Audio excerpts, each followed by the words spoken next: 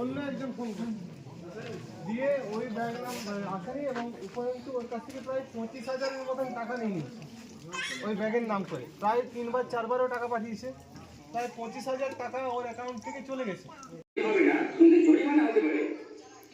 আমি মেয়ের মা, আমি মেয়ের বাবা। আপনিও গ্রেপ্তার হতে পারেন। আমরা তো ধর্মীয় লোক, আপনারাও গ্রেপ্তার হতে পারেন।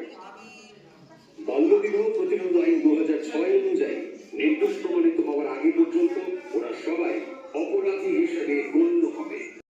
কোনো উত্তরও দিচ্ছে না, বুঝতে পারছেন? কোনো রিপ্লাই আসছে না। কেন? কারণ আপনার ছেলে মেয়ে ওখানে যায়নি, আপনার ছেলে মেয়েকে বাইরে পাচার করে দেওয়া হয়, বিক্রি করে দেওয়া যেটা বলা হয়, বুঝতে পারছেন? বিভিন্ন সংস্থায় বিক্রি করে দেয় এবং অসৎ উদ্দেশ্যে খুব সেটা খারাপ কাজে ব্যবহার করা হয়।